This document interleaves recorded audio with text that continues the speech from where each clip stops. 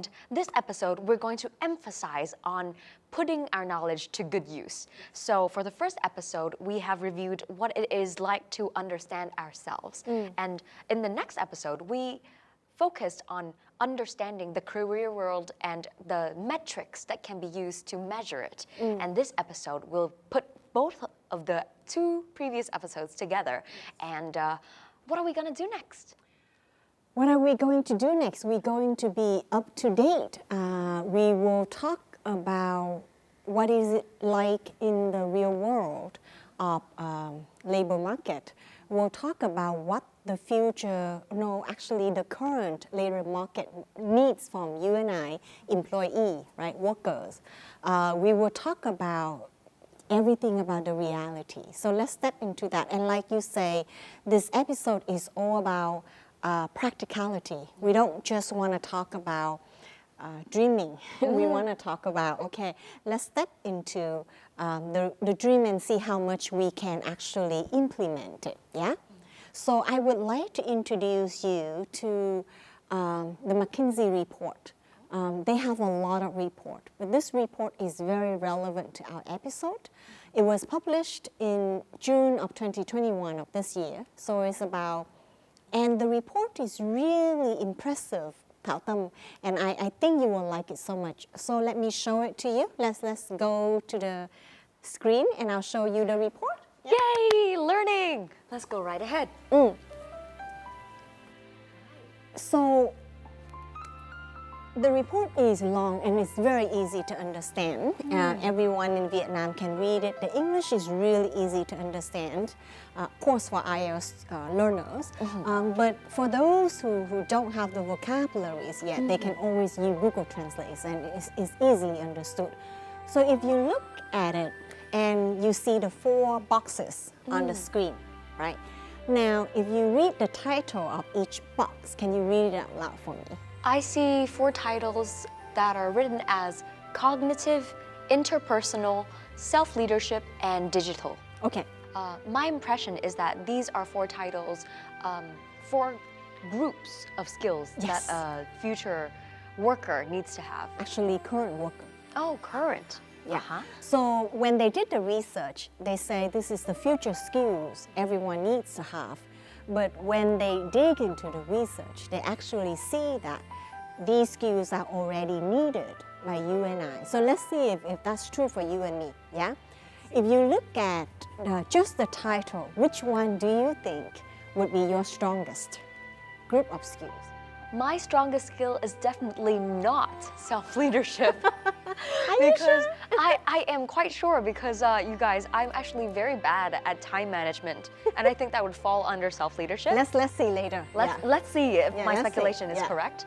But personally, I think my strongest set of skills would be skills relating to interpersonal skills. Makes sense? Okay, all right. Which would be your not so strong? Let's be very realistic, your weakest. I would say definitely self-leadership for now, but I would also like to improve upon my digital skills, like digital abilities. Yeah. Okay. Now, Thảo Tâm, the core of this report is that they discover that there are 56 deltas, abbreviation of distinct elements of talents. So they don't want to use the word skills. They want to use distinct elements of talents because these units include not only skills but also attitudes. Oh. Yeah, so that's very interesting. Now, let's together use the word deltas, the one that they are using. So they have 56 deltas. They split it into 4 categories, like you said, the group of deltas, and you just listed. Now, let's see if you really write about your self-leadership as your weakest, because for me, knowing you after 2 episodes and now, I don't think so. But you are the one who decide, right? So let's read into the details of self-leadership, the delta, skills and attitudes. Yeah, read it. Okay, so for our first section, the cognitive section, I see... No, just read the self-leadership. Read the details and see if it's really your not so strong. Like you just the title, you say, Phoenix, this is not my strength. But I don't think so. So I'm challenging you, yeah.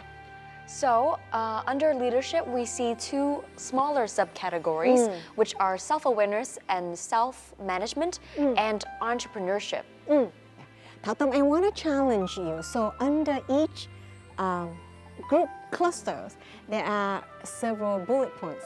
You don't need to read it out loud, but look at it and turn around and see, do I really not have it? Because I really challenge you in this area, yeah? Okay, so my first impression whenever I hear the words self-leadership is something related very closely to leadership, and my impression about the word leadership is something that is very rigid and something very disciplined. Let's see if that's true. Yeah. So I see two subcategories, self-awareness and self-management, and also entrepreneurship. And under the first category, self-awareness and self-management, I see the word integrity and self-confidence. Okay, maybe I am wrong because those are the two qualities that I feel very strongly about myself. So maybe I'm wrong. Yeah. What about entrepreneurship? Entrepreneurship. Oh, I see energy, passion, and compassion. That I So Thảo Tâm, it's very interesting that when we read the title, sometimes we label us a lot. We like, I'm not a leader, I don't manage my time well, you know, stuff like that. But if you read into the bullet points, then they would challenge you. Of course, there will be appendix where you read, you know, like the description, but I strongly encourage you to do it when you get home, and you will be surprised that, yes, I think you're very strong in this one. Yeah. Oh, thank you. So isn't that interesting that with the 56 deltas, right, they would push into 4 categories. Now, this is what you and I have to really face and confront for ourselves. They said, the report said that we need all of them.